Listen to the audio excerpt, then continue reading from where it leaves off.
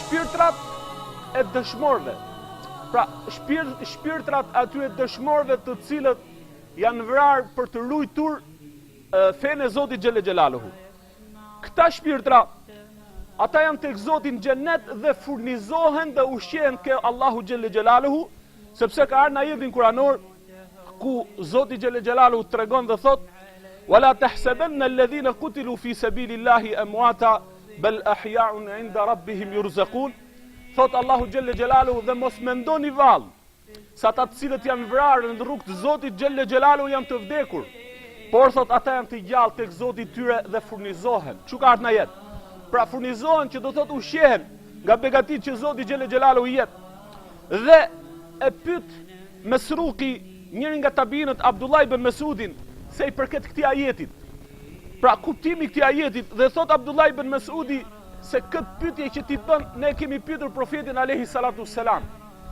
E kemi pyetur profetin alayhi salatu selam dhe ka thënë se i përket shpirtrave të shuhedave, pra të dëshmorëve, se shpirtrat e tyre ndodhen, thot profeti alayhi salatu selam, në gushat atyre zogjve të jeshil, të cilët janë ato kandilat të prej ari që janë të varur në poshtë arshit Zotit Xhelle Xhelaluhu dhe lëvizin dhe shëtisin në të gjitha kopshtet e xhenetit aty ku ata dëshirojnë dhe pastaj vinë dhe strehohen në këto kandila.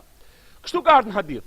Pra që do të thotë se shahidi, pra shpirtrat e shuhedave janë në xhenet, janë në gushat e këtyre zojve të jeshil, në ato kandilat e floririt, të cilët shëtisin e për xhenet ku ata dëshirojnë dhe aty ata strehohen. Por thënë dietarët, jo gjithë shahidët kanë këtë pozicion, sepse do të ketë prej shuhedave të cilët shpirti i tyre do të pengohet për të hyrë në xhenet. Edhe kjo është për shkak të borxhit që i ka patur në këtë botë, sepse ka ardhur në hadithin e profetit alayhi salatu selam, i cili e transmeton Abdullah ibn Jahash, se thot erdhi një person tek profeti alayhi salatu selam dhe i thot: "Ja Rasulullah, mali in qutiltu fi sabilillah."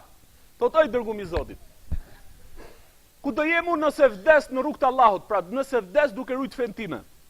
Atëherë i thot profeti alayhi salatu selam: "Në xhenet je."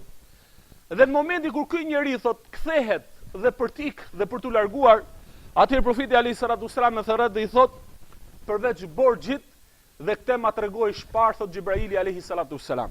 Pra që do thot se ai shahidi i cili ka vdekur dhe nuk ka la borxhin, pra shpirti i pengohet për të hyrë në xhenet.